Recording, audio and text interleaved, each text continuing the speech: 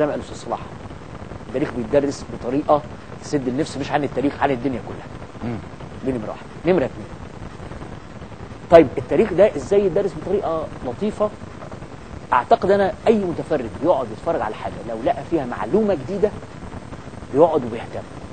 احنا ما بنقدمش معلومات، احنا بنيجي نتكلم زي ما قال الاستاذ صلاح كلام الكبير الصغير. ايوه، ان مصر التي هي بالصلاه على النبي. طب ايه فين؟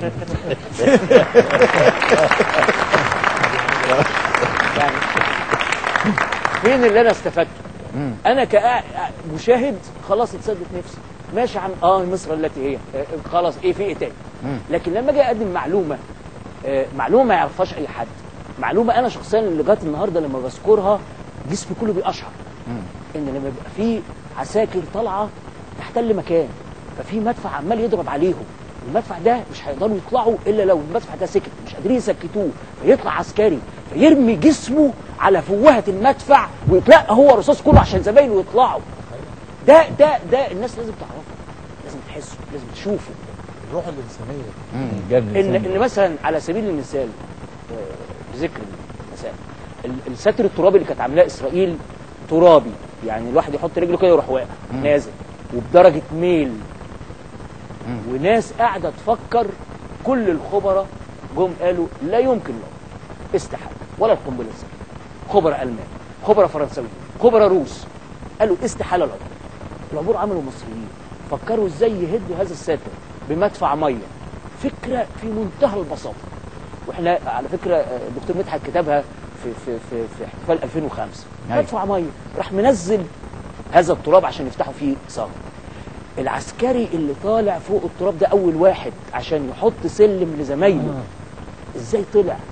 ازاي عمل ده؟ ازاي المعدات الثقيله جدا دي طلعت هذا الساتر؟ كل ده الناس ما تعرفش عنه. هيثم الشرابي، اتحاد الشباب التقدمي، حزب التجمع. المشكله مش بس في ان لا يوجد وعي تاريخي بحرب اكتوبر، ولكن الادهى كمان مش بس مناهج التعليم. احنا صغيرين كنا لازم بنطلع كل سنه رحله للمتحف الحربي، كنا بنشوف المتحف الحربي ونشوف تاريخ العسكريه المصريه، وبنبدا راجعين بعد كده في دماغنا ايه اللي حصل على مدار التاريخ. انا بس عايز اقترح اقتراح بسيط على سياده اللواء حفظي، ويا ريت القوات المسلحه تعمل بيه، وليه احنا النهارده ما نعملش قناه فضائيه للجيش المصري؟ هذه القناه يبقى فيها جزء منها دوكيومنت يعني وثائقي، وجزء منها يتناول قصص الاشخاص اللي حاربوا، اللي هم النهارده معدين ال60. في كل بيت انا عندي خالي وعندي عمي هم دخلوا حرب اكتوبر، مش بس ال6 سنين، فتره التسريح من الجيش، فتره خروجهم من الجيش، ذكرياتهم قبل 67 وما بعد 67، ده يخلي عندي كم رهيب جدا من الافلام الوثائقيه والافلام الدراميه. ده لو اتعمل، ومع الاضافه لكلام الاستاذ ياسر رزق على النت كمان، متهيألي هيعيد الوعي التاريخي عند مجموعات الشباب اللي ظهرت فيما بعد الثمانينات. جامعه القاهره. استاذ عصام، حضرتك اتكلمت وقلت ان العبور معجزه بكل المقاييس، وفي ملاحم وبطولات كتيره. ليه حرب اكتوبر ما خدتش حقها في الدراما قوي كده؟ وليه لغايه دلوقتي بعد مرور اكتر من 30 سنه مفيش عمل يعرض للعالم المعجزه دي؟ احنا بنشوف دلوقتي على الفضائيات في يعني قنوات بدون ذكر اسماء بتقلل من قيمه حرب اكتوبر. مفيش عمل يعرض للعالم يكون مترجم من عده لغات. سيادة على حفظ، اتفضل. والحقيقه يمكن في 3 تساؤلات اتسالت، ممكن اوجزها الحقيقه يتم بالظبط ان شاء الله. فيما يتعلق بالدور العربي، الحقيقه الاخوه العرب في حرب اكتوبر 73 كان لهم دور الحقيقه، سواء كان بالدعم العسكري من خلال تواجد بعض القوات، وان كانت قوات رمزيه، الا انها كانت بتشعرنا ان احنا جميعا في خندق واحد، وانهم جايين لكي يساهموا في تحقيق هذا الانتصار اللي حدث في اكتوبر 73. فطبعا الى الدور الكبير اللي قامت به الدول المفتيه، وعمليه الحد من انتاج البترول واسعار البترول اللي ادت، لان احنا نعلم جيدا ان العمل العسكري لتحقيق اهداف سياسيه. فبعتقد ان ما تم من جانب الدول العربيه الحقيقه ساهم في العديد من تحقيق الاهداف السياسيه اللي كان من اجلها قمنا الحقيقه بحرب اكتوبر. يعني دايما الامور بتبدا بالسياسه، ثم الحرب كاداه كفرض الاراده لتحقيق اهداف سياسيه. فمن خلال الحقيقه المنظومه العربيه يمكن دي مثل من الامثله الطيبه اللي ابرزت التوحد العربي في موقف من المواقف. يمكن هذا الموقف لم يتكرر في مواقف أخرى مشابهة على مدى يمكن أكثر من 60 سنة اللي قامت فيهم الجامعة العربية. النقطة الثانية، ليه حرب أكتوبر ما خدتش حقها؟ دي حقيقة، واحنا ما قدرنا لغاية دلوقتي. يعني بقول أنا شخصيا كأحد أبناء القوات المسلحة وشاركت في هذه الحرب، بقول أنا يمكن في القدر أوجدني في حرب أكتوبر كالمسؤول الأول في القوات المسلحة أعمال الاستطلاع خلف خطوط العدو. ويمكن وأنا بنظر الحقيقة للشباب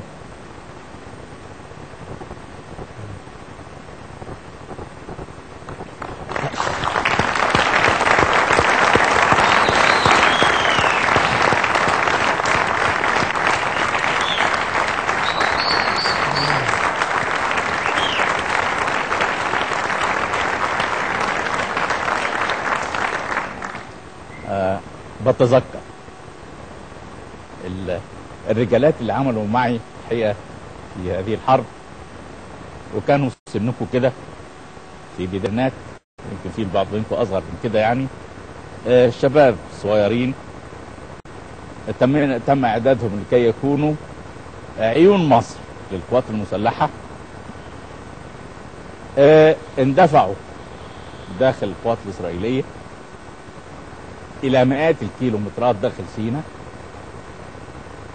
شمالا وجنوبا وشرقا. البعض منهم ظل 6 أشهر داخل سيناء وقاموا بعمل عظيم.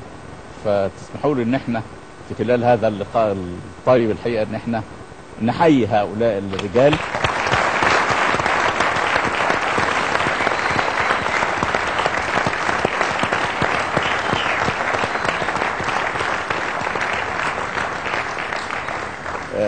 اللي قاموا الحقيقه برساله عظيمه جدا، وابرزوا نقول شجاعه بقى المقاتل المصري وذكاء المقاتل المصري في انه كيف يجعل قواته ترى القوات الاسرائيليه ككتاب مفتوح.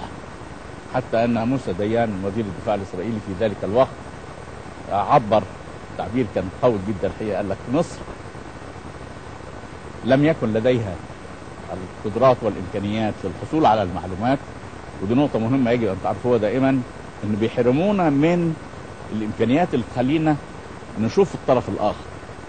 يعني قد نحصل على السلاح، ولكن الامكانيه الفنيه اللي تخلينا نحصل على المعلومات دي بيحرمونا منها الدول اللي احنا بنحاول نتحصل منها. فبالتالي كان لابد ان يقوم ابناء مصر بمعادله هذا الضعف اللي موجود. فتم تشكيل هؤلاء الرجال مجموعات صغيره تنتفع العمق العدو، تتابع العدو على مدى ال 24 ساعه.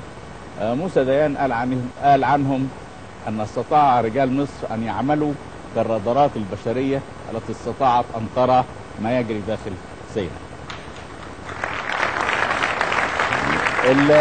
التساؤل الثالث الحقيقه، وانا بشكر اللي ساله، لان دي نقطه من النقط اللي يمكن هنلاقيها على النت باللغه الانجليزيه، حكايه التعادل ما بين الجيشين وهو خلاف.